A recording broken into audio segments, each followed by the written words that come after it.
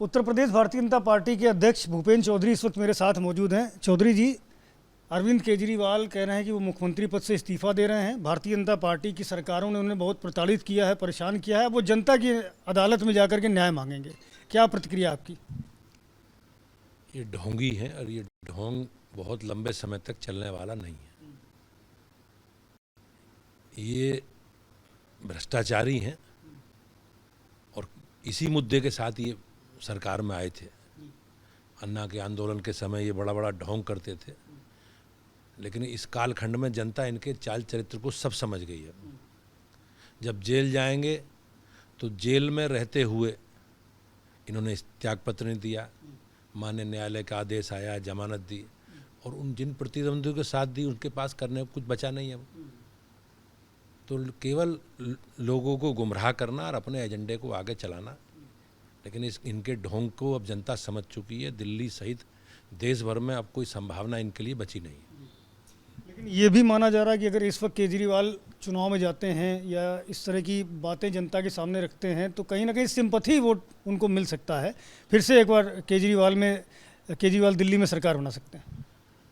जैसा मैंने कहा, इनके बारे में जनता सब समझ चुकी है। इन्हें अवसर दो बार दिया है और इन्होंने केवल दिल्ली को बर्बाद करने का काम किया है।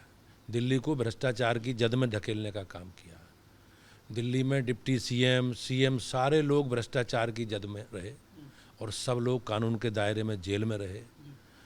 और पूरे दिल्ली की देश की जनता इनके चरित्र को समझ चुकी है कि ये ढोंगी हैं, नौटंकीबाज हैं और इनके लिए कोई संभावना अब बची नहीं है। केजरीवाल ये भी मांग कर रहे हैं कि फरवरी में वैसे तो दिल्ली का चुनाव होना है, लेकिन इसको नवंबर में महाराष्ट्र के चुनाव के साथ में करवा लिया जाए।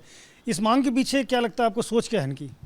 मुझे इसकी जानकारी नहीं है। ये तो भाई माननीय जो इलेक्शन कमिश्नर हैं, निर्वाचन आयुक्त को इस पर निर्णय करना होता है, निर्वाचन आयोग को। मुझे उसकी जानकारी नहीं है, लेकिन कभी भी चुनाव करा लें, अब ये दिल्ली की जनता को गुमराह नहीं कर सकते। दिल्ली की जनता इनके चरित्र को और इनके भ्रष्टाचार को सब समझ चुकी है। देश में जनगणना की बात हो रही है, डिजिटल जनगणना की बात हो रही है, लेकिन आपके सहयोगी हैं जेडीयू, उनका कहना है कि जातीय जनगणना होनी चाहिए पूरे देश में। वो हमारे सहयोगी हैं, उनकी अपनी पार्टी है और जनगणना अभी पेंडिंग है। जनगणना होनी है देश की। कोरोना के कारण 2021 में नहीं हो पाई थी। मुझे ऐसा लगता है जनगणना जल्दी सरकार कराएगी, लेकिन हमारी प्राथमिकता में गरीब हैं, युवा हैं, महिला हैं, किसान हैं, और उसी आधार पर देश का विकास हमारी पार्टी और हमारी सरकार करना चाहती है। इसी प्राथमिकता के आधार पर हम लोग आगे बढ़ेंगे। लेकिन जातीय जनगणना की मांग को पूरा विपक्ष एक साथ उठा रहा है। क्या लगता है कि आने वाले जो विधानसभा के चुनाव हैं या बीता हुआ लोकसभा चुनाव था, इनमें सब में जातीय जनगणना, जातियां, ये काफ़ी गंभीरता से मुद्दा रहा है? ये इन लोगों का एजेंडा समाज के विभाजन का है। समाज को भाषा के नाम पर, अगड़े पिछड़े के नाम पर, और जो जनता के मुद्दे हैं, शिक्षा का, स्वास्थ्य का, सारे उनके जीवन यापन से जुड़े विषय हैं, उनसे कहीं ना कहीं ध्यान भटकाना चाहते हैं। समाजवादी पार्टी और कांग्रेस पार्टी को अपने शासनकाल का जो उनका उपलब्धि है वो जनता को बता नहीं सकते। उपलब्धि बताएंगे तो अराजकता, गुंडागर्दी, भ्रष्टाचार, भाई भतीजावाद, किस प्रकार की बेईमानी होती थी, अराजकता होती थी, पूरा प्रदेश दंगाइयों के हवाले था।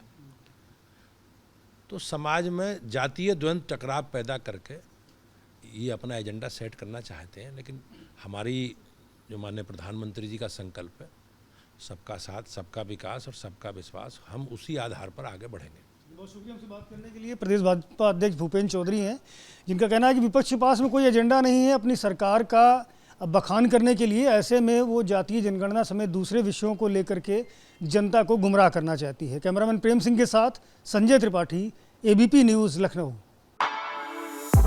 For exclusive and insightful videos, subscribe to our new channel ABP Live Premium.